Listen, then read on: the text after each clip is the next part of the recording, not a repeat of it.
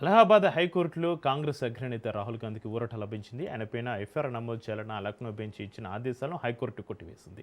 RSS, బీజేపీలపై Rahul Gandhi అనుచిత వ్యాఖ్యలు చేశారన్న ఆరోపణల నేపథ్యంలో కేసు నమోదు చేయాలని దాఖలైన పిటిషన్ పైన లక్నో బెంచ్ ఆదేశాలు ఇచ్చింది. అయితే ఆ ఆదేశాలను తాజాగా అలహాబాద్ హైకోర్టు రద్దు చేసింది. ఈ తీర్పుతోటి రాహుల్ గాంధీకి తాత్కాలిక ఊరట లభించినట్లుగా భావిస్తున్నారు.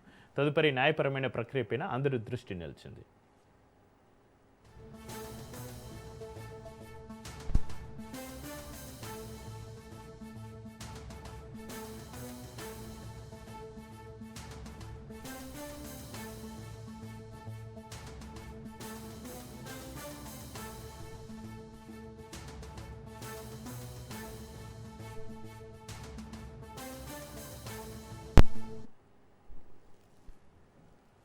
అలహాబాద్ హైకోర్టులో కాంగ్రెస్ అగ్రనేత రాహుల్ గాంధీకి ఊరట లభించింది. ఆయనపైన ఎఫ్ఐఆర్ నమోదు చేయాలన్న లక్నో బెంచ్ ఇచ్చిన ఆదేశాలను హైకోర్టు కొట్టివేసింది.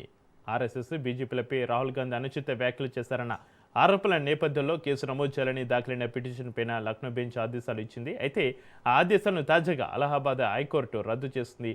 ఈ తీర్పుతో రాహుల్ గాంధీకి తాత్కాలిక ఊరట లభించినట్లుగా భావిస్తున్నారు. తదుపరి న్యాయపరమైన ప్రక్రియపైన అందరి దృష్టి నిలిచింది.